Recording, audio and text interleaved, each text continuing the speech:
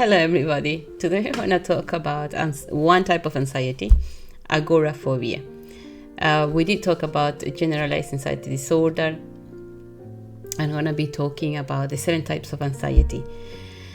So stay tuned. I'm going to focus on agoraphobia today.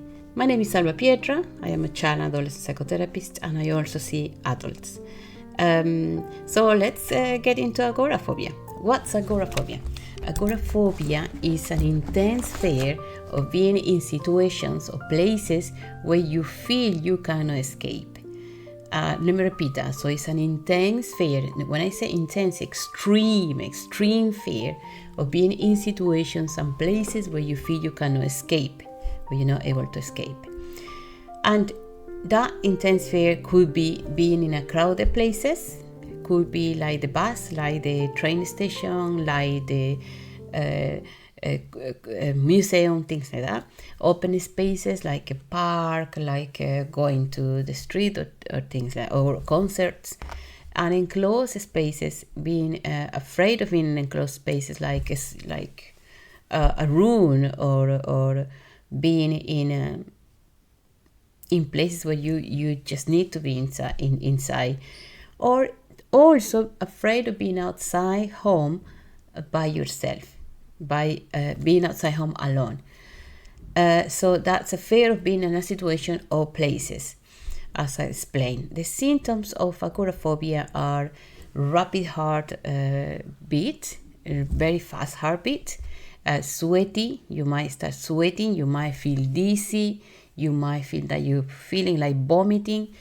You might feel that nausea, feeling helpless because you feel in your head that you can't do anything, feeling very embarrassed for feeling these feelings, and feeling trapped. There is a sense of feeling trapped in those places, and a very huge thing of trying to avoid these places a lot.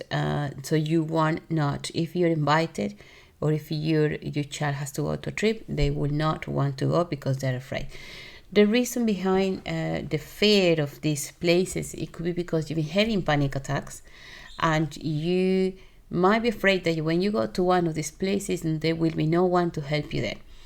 So that's the fear of not going because you're afraid that you're going to have a panic attack in there, and nobody's going to help you. It can be so debilitating that you really want to avoid those places, to the point that you might want to stay at home all day. You might not leave your bedroom, or you completely not go to any trips. Your child might not completely go to any events at school. The reasons, the causes behind agoraphobia, there is a very minimal proportion of being genetic. And as I said, we all carry our genes from our ancestors with the illness that they had. But as I said in another video, for these genes to be activated, we need to be exposed to environments and situations, and even food that activates these genes for us to get ill. However, if you are already have the predisposition, it's going to be easily activated. That's a very small proportion though. There is also previously you might have panic attacks already in the past, and so you might have the traumas that you've been experiencing from in the past, or the life changes events where you could not do anything about it. Or your personality, you may be highly sensitive as well, individual, that it's a bit too much for you to handle certain places. Like, it's usually very overwhelming to go to crowded places for some people that they cannot manage, and they might have anxiety symptoms. But it is important to be aware of that. If you're a parent and your child is suffering with that, you need to be aware of those things. Because if the child is being there for too long, they might have anxiety symptoms, and they might develop agoraphobia as a result of it. As I said, it's important to find always support. If you're a parent, do find a support at school, contact a psychotherapist, they so they can make an assessment and check if your child is suffering from agoraphobia. And children will usually be afraid of going to trips, be afraid of going to the playground, be afraid even to go to school, because there's something terrible is gonna happen there. Um, so agoraphobia is also adolescents as well.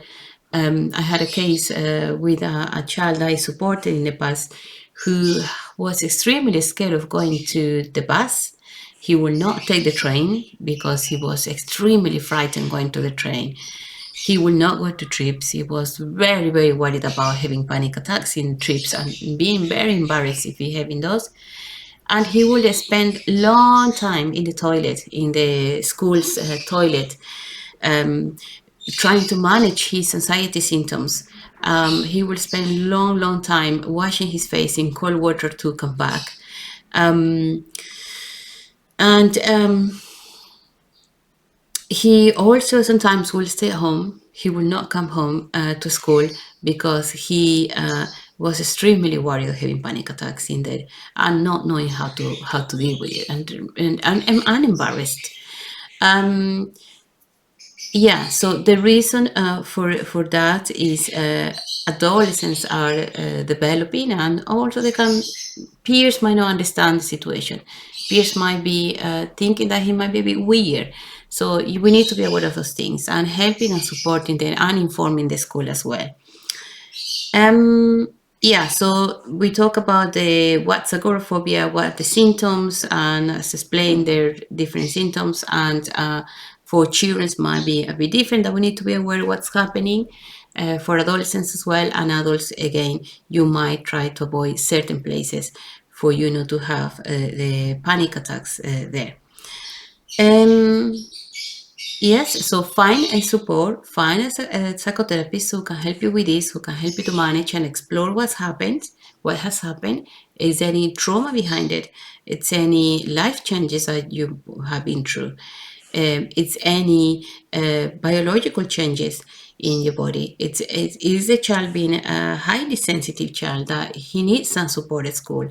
He needs some help with helping him to cope. And if he's overwhelmed or she's overwhelmed or the child is being overwhelmed during a playground, do they have a space for the child to be in a calm space for them to help them to regulate?